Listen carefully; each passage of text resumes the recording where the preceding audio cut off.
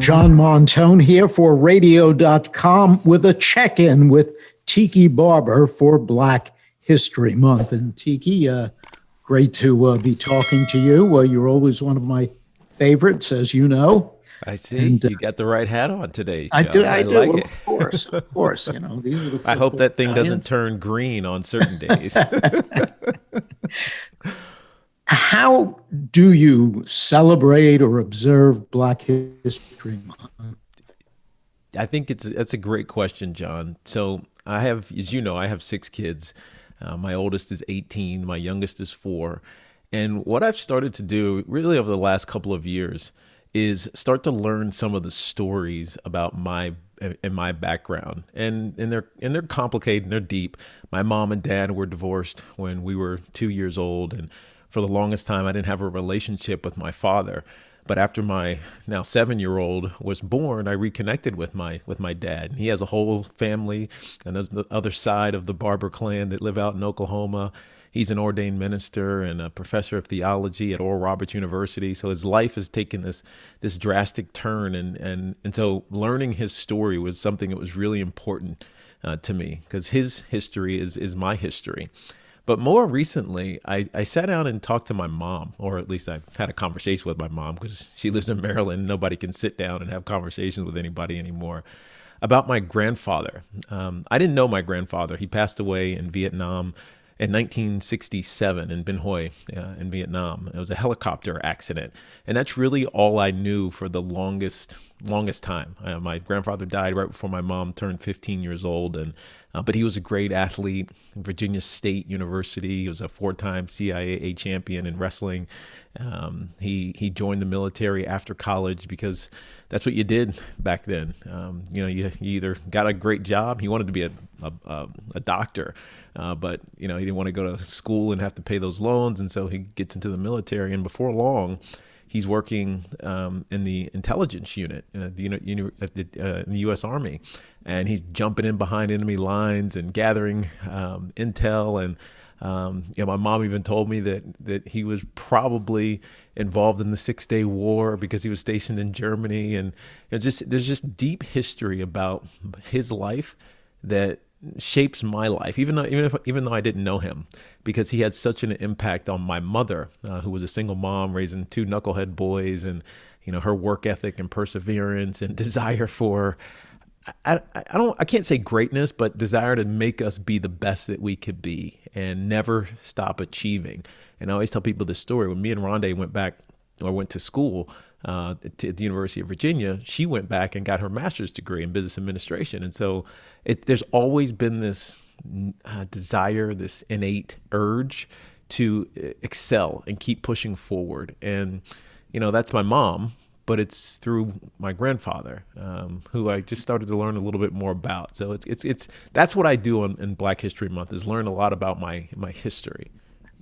And today, all the rage is the Ancestry.com and the 23andMe. Have you attempted to go back even further, deeper into your roots? I have not. My father did, and he had, obviously it was mostly African, but there was some Northern European and Caribbean.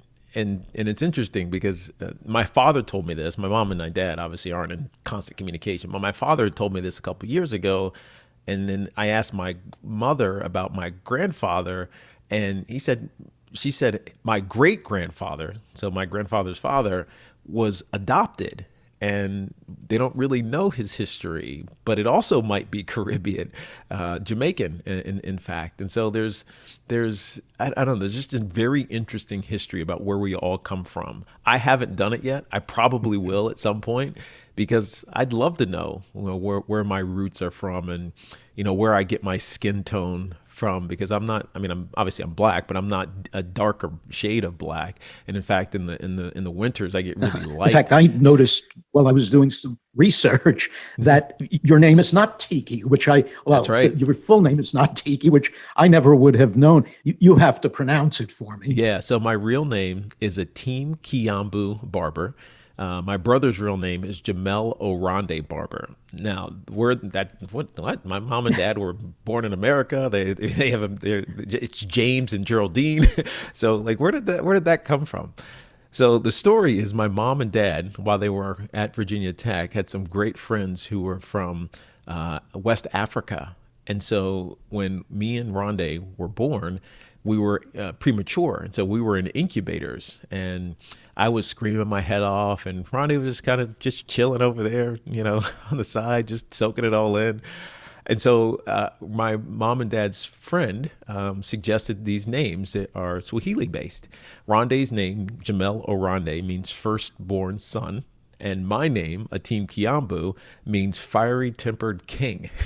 That was because you were because I was screaming my head off, and I had zero desire to be constrained in a box. And I'm not fiery at all, but I do think I have a desire, like a fiery desire to excel. So you were born in 1975, which is after the civil rights struggle of the 60s, the King assassination. Growing up, did that still affect you? Did you talk about it? Was it part of your life? So I don't remember much about. I don't remember much feeling as an outsider, I don't remember feeling discriminated against. Now, it very well could have happened. And in fact, when I think back to the things that I did in elementary school, like singing Dixie in school, and me and Rondé were one of 4 or 5 black kids in because everyone was singing it, and everyone was singing it, and I didn't know any different. We're singing Dixie, and it was cool. Way down south in the land of cotton. It's like what? And now when I think about it, I'm like, what in the world? You get indoctrinated into or nurtured into a way of living that you're completely unaware of the history of it. And Confederate flags are flying everywhere. My buddies, they have Confederate flags in their cars. You're in Virginia. This is in Virginia, Southwest Virginia, in Roanoke, and it didn't bother me because I never felt discriminated against. Now, maybe that was because at a very young age we were really good athletes and we fit in because we could help teams win, and we were always the fastest, and we were good students as well. But I think my mom did a great job of putting us in an environment where it was more about achievement than it was about the color of your skin. And our friends were all accepting and nurturing. And Mike Tolley, who was my football coach, and we called him the mailman because he walked with a cane, and nobody could walk but the mailman. But he was like a second father to us. And he's this big, white guy who, just took us under his wing and shepherded us through our early athletic years. And so I never saw color. I didn't feel it because so many white individuals and families in Roanoke took care of us and never treated us any differently. Even though I'm sure on the outside there were probably a lot of influences that were like, who is those little black kids? But we didn't notice because the people closest to us weren't racist in that regard. Do you think athletics, sports outpaces the rest of society when it comes to integration and bringing people together? I do. I think sports. It's ultimately a meritocracy. It's who's the best, who can do it the best. Those are the ones that are going to play and participate. And so, yeah, I think it had a big impact early in my life. But I think in society it has that impact. I mean, you hear people talk about the racial issues that are going on in our country, and sometimes it feels like inside a locker room it's this insular little bubble where all those 4 forces don't necessarily exist. And that's because you have to depend on your teammates in sports, especially once you start stepping up those ladders from high school to college and ultimately to the professional ranks. Yeah, and since you've retired, though, there's been the whole movement started by Kaepernick kneeling down. What do you think of that? Yeah, so at the time, I remember when I first realized hearing the national anthem made me feel patriotic. And interestingly, John, it wasn't until 2001. It wasn't until I was 4 years in the league and we got attacked on 9/11 in New York City. And I lived in the city. And so I remember feeling terrified, like my liberty and my life were in danger for the first time in my life. I felt that. And we obviously didn't play a game for a week. And then we came back and we played out in Kansas City. And I remember the first time I heard it after 9/11, it made me feel like we were all together in this country. The reality is that's a facade, right? Because there isn't that continuity, that consistency, that equality, that equity in this country that we like to pretend that there is. And so when Colin Kaepernick knelt, and it was made about the flag, as opposed to being made about the social and racial injustice for African Americans in this country, it was easy to get confused, right? I commended him for his protest, but I thought he was going about it the wrong way. And I think the NFL felt that way. I think most people felt that way, to be honest with you, because when they hear the national anthem, it invokes an emotion, and just like my emotion that I was just telling you about. But over time, history tends to correct things that are viewed the wrong way. And, a few months into it, I think I started to realize that my initial reaction was going to be on the wrong side of history. Well, what made you? Was there an event that made you? It was the continued issues and incidents of Black Americans being killed, murdered unjustly, in circumstances that were where they should have been protected. And I think it's something that's always gone on. We just never have paid attention to it. They've always been one day stories. I've always heard that, being an athlete, something bad happens and Paul Schwartz or whoever writes a bad story about you, Paul would always tell me this: Teague, don't worry about it. It's a one day story, right? It'll go away. Well, when the racial injustice that was happening in this country became a lot more than a one day story, that's what made you realize, Cap is right.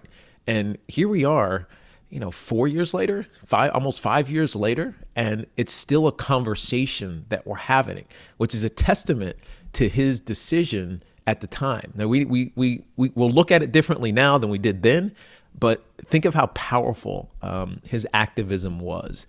And honestly, he was 4 yards from being a Super Bowl champion and a Super Bowl MVP. Colin Kaepernick was. When it's all said and done in his professional career, he'll be known more for taking a knee than he will be for taking the San Francisco 49ers within a half of 5 or 6 yards from being a Super Bowl champion. I mean, did you guys ever discuss this stuff in the locker room? I mean, was this? No, because it wasn't something that was talked about in locker rooms. The locker room talk was, where are we going tonight? What's the club we're going to hit up? What music is hot right now? Or how we're going to, win the game that's around on the horizon. But it wasn't about the social issues in our country. So much has been written about the integration of Major League Baseball, the Negro Leagues, and then Jackie Robinson and Larry Doby, and on and on. If I'm reading a book about Dick Allen right now, and even in the early 60s, what he had to put up with down in Little Rock in the minor leagues. That's right. Very little is written about football. Who were the great Black football players who led the way for guys like you? Yeah, so it's interesting because if you ask me, and I think if you ask most people, who was the first African-American, first Black football player, they wouldn't know. And honestly, I don't know off the top of my head. But I do know that in the 70s, 60s and 70s, there were some great examples of athletes who transcended the football field. Jim Brown is obviously one of them because of his steps into Hollywood and his, I'm going to break through this ceiling that athletes, especially Black athletes, have hanging over them and become a mainstream star / influencer is what we'd call them now. But Alan Page is someone who jumps to mind, who, was a part of that vaunted Purple People Eaters defense. But when he left the game, they never won a championship, which is horrendous. It sucks thinking about that because if there was one person in my mind, I think, God, that guy should have been an NFL champion. But he went on and did. What did he? Because of the story, right? So much matters about the story, right? And I think with him, he superseded his championship failure, and it's hard to say that because you got to credit the other team as well. You know what I mean? By becoming, this amazing scholar and this legal expert in our country that makes you think when you know him, if you know him, and I never did, if you know him, oh, he played football too.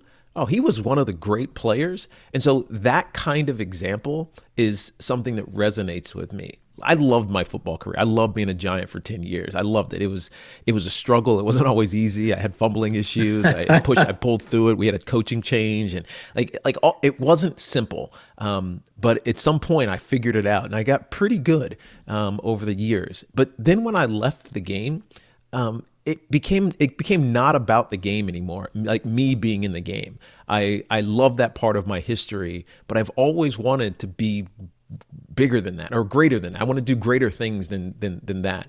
And it's what pushed me into media. It's what pushed me into entrepreneurship. And, I always tell people I'm still trying to figure out what I want to be when I grow up. I'm 45 years old now, John. And I feel like there's still steps for me to take. There's greater things for me to achieve. And guys like Alan Page, he's the inspiration. Because when it's all said and done, what comes first? Is it he was a football player, or was he was this amazing legal scholar? And so then on one hand, you have a guy like Alan Page, and then today you do have some players whose behavior on the field and off the field, quite honestly, leaves a lot to be desired. Does that disappoint you? I can't judge people on the lives they choose to lead as long as they're living, as long as they're not breaking the law. And guys pretending they're dogs, urinating in the.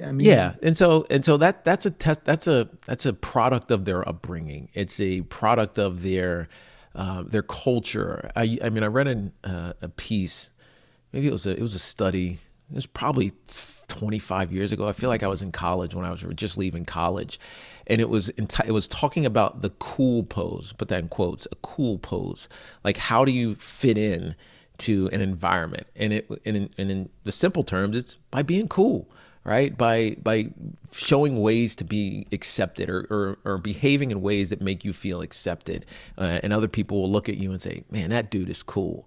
Now, there's many ways to do this. Right? Bruce Arians is a perfect example. Bruce Arians wears his Kangol. He's in the Super Bowl now, and he's one of the oldest coaches ever in his first Super Bowl. But he's cool. Like, he's got this chill demeanor and this I don't know, this control. And when you're in his presence, you just feel, man, that dude is cool, right? But that's to a specific audience. Other people might say, no, he's just old and slow. And so, in order to fit into other audiences, you might do things like watch how I shock. Right. Watch how I get your attention.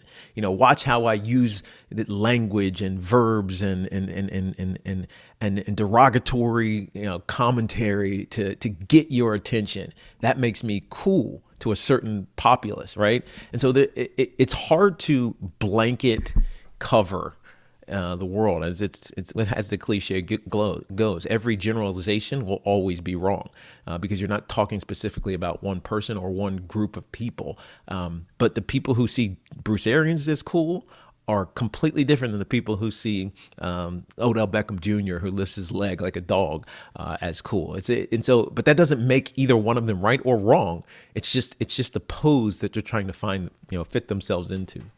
You know what I often think about when I watch, because I love college sports, the Sweet 16, the March Madness, college football. How many great African-American athletes, young guys, play these games and make hundreds of millions of dollars for the networks and the universities, and they don't get paid. And so few of them end up like you with, a great professional career. Is that fair? Of course it's not fair. I mean, it's anti-capitalist if you want to think about it.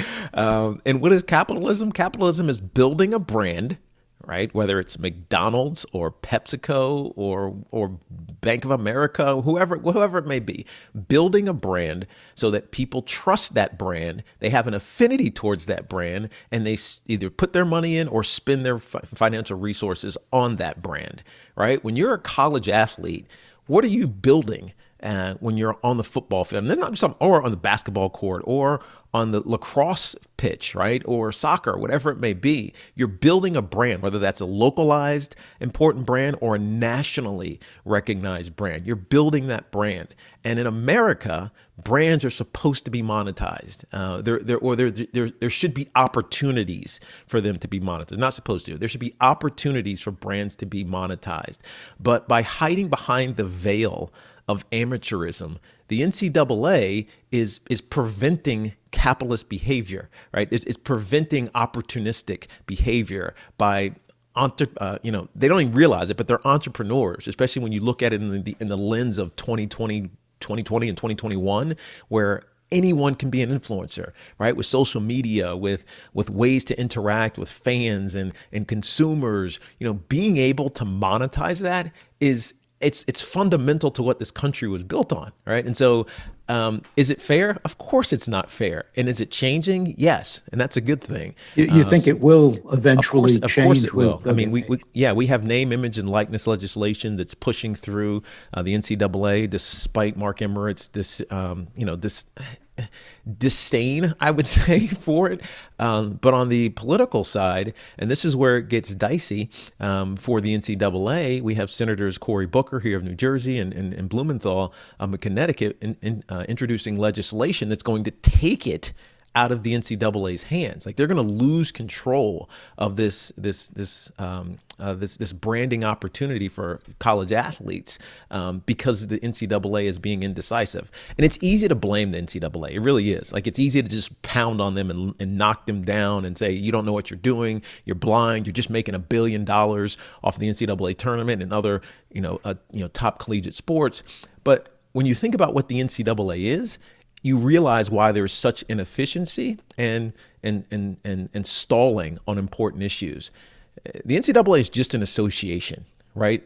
Mark Emmert is the head of that association, but he has no power really. The power belongs in the member organizations, and those member organizations, which is thousands of colleges and universities, are trying to make decisions that aren't congruent with the localized units. So, for instance, Hampton-Sydney, which is a small school in Virginia, has a completely different economic, cultural, branding, monetizing entity, is a completely different monetizing entity than Clemson, right? And so to use the same rules to govern both of those universities it doesn't make sense, right? And someone is on the wrong side of it, and the NCAA is trying to figure that out. And it's why you're starting to see people suggest, well, maybe the group of five and the Power Five schools, they should pull out of the NCAA or create their own little unit within the NCAA that's independent of the governance of the whole, because it's different strokes, right? And so and ultimately get these kids the money that they're earning. We'll give them the opportunity to monetize their brands. That's really all it's about. I don't think kids should be paid just to be paid. It should not be professionals. But they are building a brand. When Johnny Manziel, who was Heisman Trophy winner, and they came into the SEC and they beat Alabama, and he wins the Heisman Trophy, he is a phenom. Like everybody wants to know and be a part of and touch Johnny Manziel. And since you can't physically actually touch him unless you live down in Texas, right? The only way you can touch him is by, hey, I want a signed autograph from Johnny Manziel. I want a signed helmet, whatever it may be, right? And so, of course, he'll sign those things, but according to the NCAA, he can't be compensated for those things, which doesn't make any sense because it's his brand. Yes, he's borrowing the brand of Texas A&M, but it's also his brand. And so that's where the disconnect is coming in, and that's what's trying to be corrected. And once it is corrected, I think that college athletes will see horizons and see opportunities that were never available to them before. I appreciate your time. I have to ask you, though, right before or during the time the pandemic was turning our lives upside down, yeah. We had some real strife in this country. George Floyd was killed by the police officer in Minneapolis. How did that hit you personally when you heard about that, when you saw what happened? Yeah, it was, I think I don't want to, it's hard to say this because it's a pandemic and it's killed almost 500,000 people in this country. And I hate that. And I hate that this country is divided over this issue. With that said, it happened at a time and created the perfect opportunity for these social justice issues to take center stage. And I don't mean that in a malicious way at all. It's just the reality of it. Because we were all working from home, because hundreds of thousands of Americans were out of jobs and spending idle time wondering about their next paycheck or where their next meal was coming from, sitting in front of their TVs because they're not allowed to go out and interact.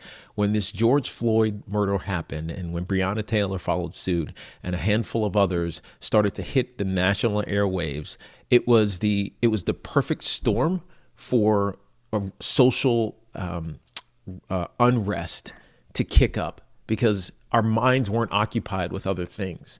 Our minds were free to truly explore and not let the George Floyd issue become a one-day story, right? It became a 5-day story and then a month story and then a year story. It never went away and it never will go away because we absorbed it all. We didn't get distracted by, I don't know, LeBron James having a triple double in the NCAA or in the NBA basketball final. How did it affect you? You said when you grew up you didn't feel discriminated against. Yeah. And you did. How did it affect you personally? How did you share it with your family? Yeah, personally, I've been fortunate. I've been blessed. I know this. I live in New Jersey in a great community. I don't fear the police out here in Florham Park. I actually see them as colleagues. I feel like they know me. And what I think how it affected me personally, it really didn't. Emotionally, I think it did everyone because you feel for the families in the community because there's no answer. Right, for them, there's no recourse, there's no explanation. All it is a hiding behind a precedent, and that's frustrating because at the end of the day, we want justice, or people want justice, and we want understanding. And we've never gotten that. All we've gotten are excuses, and that's what is frustrating. And I feel that as a Black individual. Even though I don't live it, if that makes sense. So Yep. there's a little bit of a contradiction for me because I don't feel that at all. I don't feel threatened. If I get pulled over by a police officer, I feel like I'm going to be okay. A lot of Black Americans do not feel that way at all, and I can't even think about how frightening it is to get pulled over and then worry, am I leaving this traffic stop, simple light out, or I was speeding, alive, right? That fear has got to be paralyzing. And so just thinking about that, it scares me sometimes, not just for me, but for like my kids. I have an 18-year-old and a 16-year-old boys, and they're driving, they're hanging around, they're up in Connecticut, and I don't know what's going to happen with them or if they're going to handle themselves the right way. I'm assuming they will because we raised them the right way, but I don't know. So for me, it doesn't feel personal, but for everyone around me, it really does.